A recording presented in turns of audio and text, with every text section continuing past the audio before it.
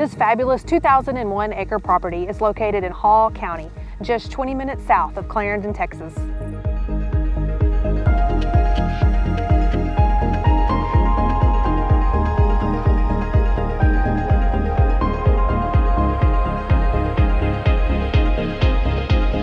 The income potential for both the dry and irrigated farmland, plus the recreational hunting use of this property, sets it apart from the rest.